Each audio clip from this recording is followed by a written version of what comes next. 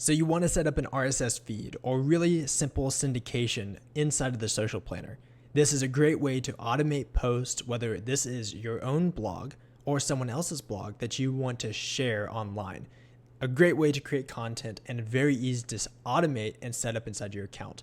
The first thing that you're going to need to do is find that URL to the RSS feed. If it's a WordPress site, it's very easy to do. Slap /feed to the end of the URL, and you're probably going to find that link to the RSS feed there. If it's sites like Tumblr or Medium and other sites, you're going to have to do a little bit more digging to find those URLs. But once you have it, go inside the social planner, click on New Post, scroll down to RSS posts, and then paste that URL here.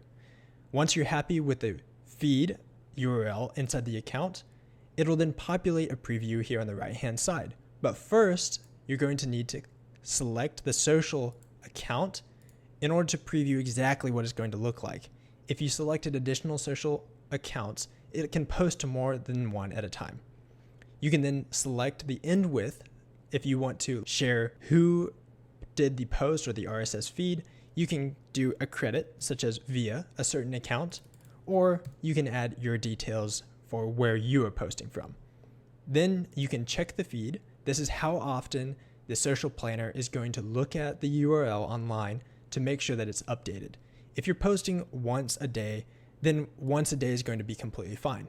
But if you're doing multiple posts a day, let's say 3 max posts per update, you're going to want to check this a little bit more often. Once you're happy with all the settings, in our case, we're going to do once per day and we're going to do max post of 1. You can click on Create Post. Once the post is created successfully, you'll see it inside of the RSS feed underneath Content. You can double check the URL and you can decide whether or not to turn it on or off. You can also go to the planner, then click on the calendar view, and you'll be able to see all of the RSS feeds that are pre-scheduled inside of your account.